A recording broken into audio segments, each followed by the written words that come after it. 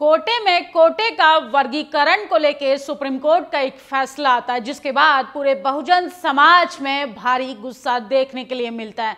लेकिन एक सवाल सुप्रीम कोर्ट पर खड़ा होता है कि आर्थिक आधार पर आरक्षण देने के लिए जिस तरीके से स्टेटमेंट दिए जा रहे हैं, क्या उससे जातिवाद, पिछड़ापन और जिस तरीके से बहुजनों के साथ सामाजिक भेदभाव होता है वो खत्म हो जाएगा? सोचिए, लगातार जिस तरीके से आरक्षण को मुद्दा बनाकर सुप्रीम कोर्ट के इस तरीके से जजमेंट आते हैं, ये बताते हैं कि सुप्रीम कोर्ट में बैठे जज जो हैं वो जाति के आधार पर ही अपने फैसले सुनाते हैं। सोचिए किस तरीके से schedule caste, schedule tribe, ST, SC के आरक्षण में वर्गीकरण को लेके सुप्रीम कोर्ट का ये फैसला आया। सुप्रीम कोर्ट का कहना है कि जो बहुजन समाज के लोग शिक्षित हो गए हैं, जिन्होंने नौकरियां पाली हैं, उनको क्रीमी लेयर लगाकर उनको बाहर निकाल दिया जाए। तो सोचिए किस तरीके से जज का बेटा जज बन सकता है। सुप्रीम कोर्ट में कोलोजियम को लेकर जज साहब जो हैं, संघी माय लॉर्ड जो हैं, वो फैसला नहीं सुनाते, जाति जनगणना को लेकर कोई फैसला नहीं सुनाते। अगर इतनी ही चिंता है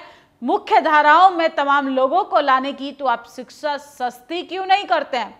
आप शिक्षा पर लगे जीएसटी को खत्म क्यों नहीं करते हैं? सोचिए, भारत एक ऐसा देश है जहां पर मरने के कफन पर भी जीएसटी लगाई जाती है, बच्चे की कलम से लेके पुस्तक पर जीएसटी लगाई जाती है। ऐसे में माय लॉर्ड का कहना है कि क्रीमी लेयर लगाकर एसटी, एससी के उन क्रीम लोगों को आउट कर दिया जाए जो लगातार एसटी, एससी रिजर्वेशन की बात करते हैं, जातीय जनगणना की बात करते हैं, अपने अधिकारों की बात करते हैं। लेकिन सोचिए, माय लॉर्ड की संघी मानसिकता क्या दर्शाती है।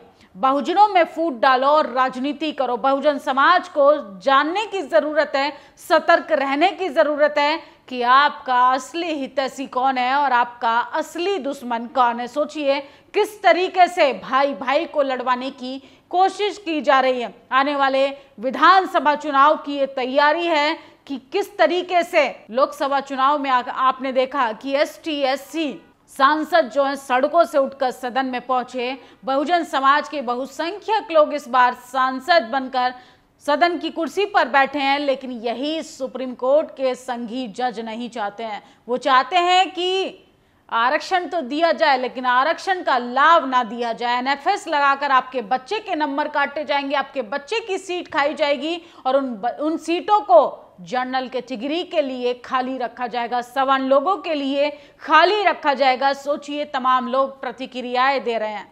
लेकिन मेरी उन तमाम जातियों से अपील है, तमाम जातियां मैं इसलिए कह रही हूं कि एग्रेसिव होने का समय नहीं, ये समय एकजुटता, न्याय के साथ, एक दूसरे के साथ डटे रहने का है। क्योंकि सवर्ण समाज तो चाहता है कि जब तक रिजर्वेशन को खत्म नहीं किया जाएगा तब तक हम मलाई नहीं खा सकते। सोचिए, अभी तो मुख्य धाराओं में आने की शुरुआत हुई थी, हमारी पहली पीढ़ी आगे आई थी, लेकिन माय लॉर्ड जो हैं वो ये सब नहीं देख पाए। वो चाहते हैं आप लोग मूर्ति पर माला चढ़ाते रहें और विचारों पर आपके ताला लगा दिया जाए, आपके बच्चे के हाथ में धर्म का डंडा और झंडा लेकर आपसे झुनझुना बजवाया जाए। हो सकता है मेरी बात से आपकी भावनाएं आहत हो जाएं, लेकिन सोचिए, सरकार से जातीय जनगणना की मांग कीजिए।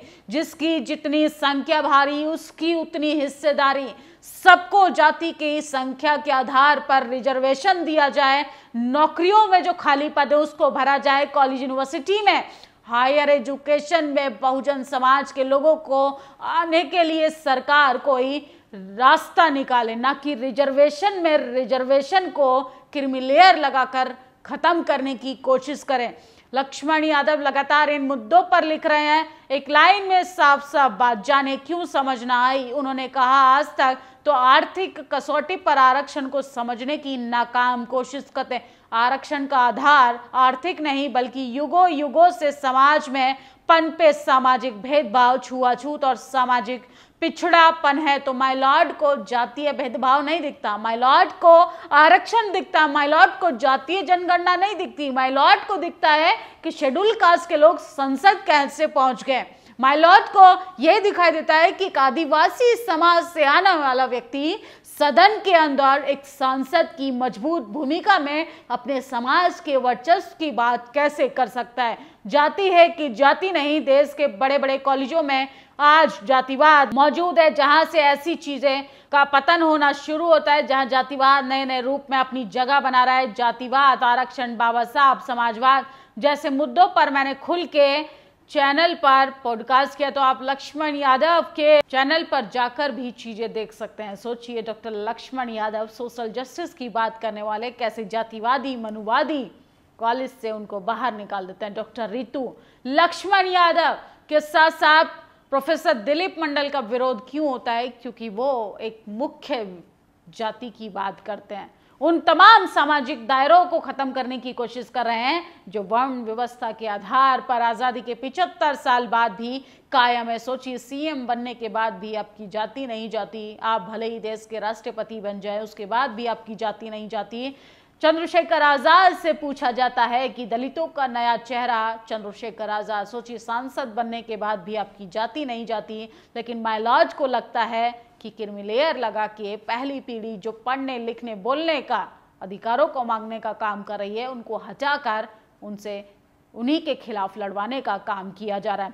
आरक्षण बेहद संवेदनशील मसला है। आरक्षण को लेकर बेहद संजीदगी के साथ नीतियां बनाना, वैधानिक आंकड़ों मंशा के साथ आरक्षण पर बात करनी चाहिए। बांग्लादेश से सबक लेना चाहिए। केंद्रीय मंत्री अनुप्रिया पटेल ने आउटसोर्सिंग भर्ती में आरक्षण का मुद्दा उठाया है।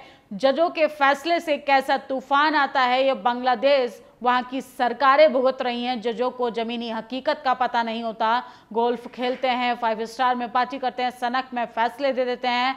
ब्राजील भी इसी कारण जला था। तो माय लॉर्ड मिस्टर चंद्रचूड़ जी, आपको भी थोड़ा अपने फैसले पर गंभीरता से सोचना चाहिए। सरकार को बड़े बड़े फैसले खुद करने चाहिए। संसद में आए संविधान संशोधन करे।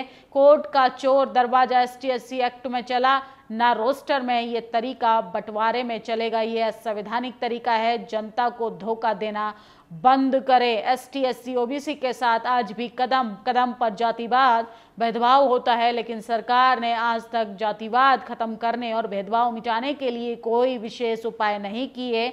जातिवाद, जाति जनगणना भेदभाव करने का असली उपाय है। सरकार, प्रशासन, सुप्रीम कोर्ट में जातिगत भेदभाव हो रहा है। चंद्रचूड़ ने एक फैसले में लिखा, जिसे एक हिंदू अपर कास्ट व्यक्ति एक दलित महिला को मैसेज करके जाती है कि आधार पर आरक्षण लेने के लिए गाली गलौज करके माथे पर जूते रखने की बात कहता है। फिर चंद्रचूड़ ने कोर्ट में कहा कि ST/SC एट्रोसिटी नहीं हुई है, FIR चार्जशीट खारिज किया जाए। तो सोचिए, जय भीम बोलने से कुछ नहीं होता है। जय भीम बोलने से शायद माय लॉर्ड को बचना चाहिए। जो जितना आपके महापुरुषों की गुणगान करने का काम करे, उससे सतर्क रहने की जरूरत है, क्योंकि कहीं ना कहीं उसकी आड़ में आपके संवैधानिक अधिकारों को खत्म करने का काम किया जा रहा है। बीजेपी की राष्ट्रीय प्रवक्ता ने सुप्रीम कोर्ट के फैसले से अपनी असहमति जताई। केंद्रीय मंत्री रामदास अठावले का भी विरोध में बयान आया है। पूरे देश में जातियों में बांट दिया जजों ने।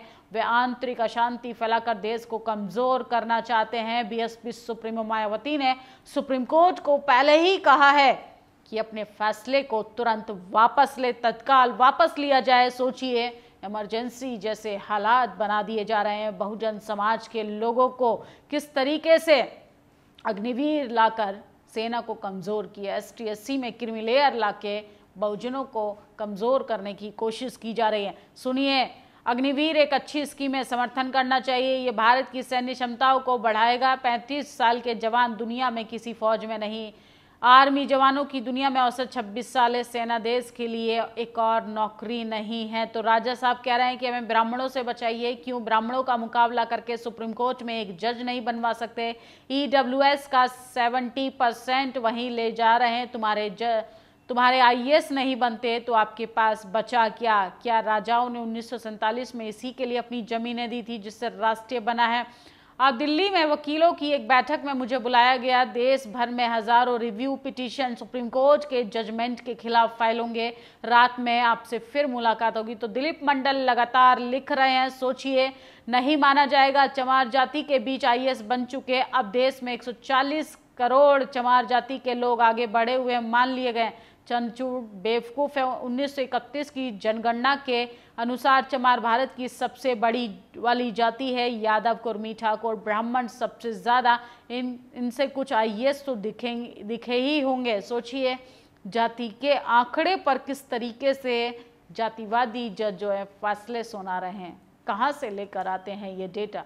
देख रहा है चंद्रचूड़, तेरे हिसाब से अनुसूचित जाति एक वर्ग नहीं, पर अशोक जी चमार जाति के सारे लोग आईएएस से लेकर रिक्शा चालक तक एक वर्ग के हैं। तो पूरी जाति को उन्नत मानकर उसे दूसरी जातियों से अलग कर देगा। संविधान लिखने की हवस छोड़ दे चंद्रचूड़। तो सोचिए, लगातार दिलीप मंडल जो हैं वो फायर हैं, लगातार चंद्रचूड़ जी के खिलाफ यानी संघी मलाज के खिलाफ खुलकर लिख रहे हैं। आरक्षण विरोधी कोई भी हो, भले ही चीफ जस्टिस हो, चाहे संघी मानसिकता के नेता ही क्यों ना हो, सबके बारे में खुलकर बोलना चाहिए, लिखना चाहिए। भारत सरकारी स्कूल के लिए जो टेक्स्ट बुक छप रही है उसमें संविधान की प्रस्तावना हटा दी गई है। हो क्या रहा है इस देश में? किसी का तो दिमाग पक्का खराब हो गया। बचाइए हम सब प्रिय देश और संविधान के। बहन मायावती ने सही कहा, इमरजेंसी लग गई है। नई छप रही किताबों में ये बदलाव किया जा रहा है, ये बेहद खतरनाक है। तो सोचिए, 3rd और 4th और 6th क्लास की किताबों से प्रस्तावना को हटा दिया गया है, संविधान के परिमल को हटा दिया गया है। ये देश के नए राष्ट्र का निर्माण तो नहीं, ये बहुजनों के विरोध में बनाया जा रहा है एक राष्ट्र तो नहीं। सोचिए किस तरीके से आरक्षण विरोधी फैसले सुना रहे हैं संघी जज, और इस पर बहुजन समाज आपस में लड़ने का काम कर रहा है। आपको बल्कि लड़ना नहीं, इन लोगों की ये चाल समझनी है, क्योंकि फूट डालो राजनीति करो का इनका मकसद पुराना है। इस खबर पर आप लोग अपनी प्रतिक्रिया जरूर दीजिएगा। शुक्रिया। नेशनल दस्तक की आपसे गुजारिश है कि अगर इसको बचाना चाहते हैं तो नेशनल दस्तक को सब्सक्राइब करने के लिए रेड कलर के सब्सक्राइब बटन को दबाएं, फिर बेल आइकन की घंटी दबाएं। नेशनल दस्तक को बचाने के लिए बहुत जरूरी है कि हर खबर को शेयर करें, लाइक करें, कमेंट जरूर करें।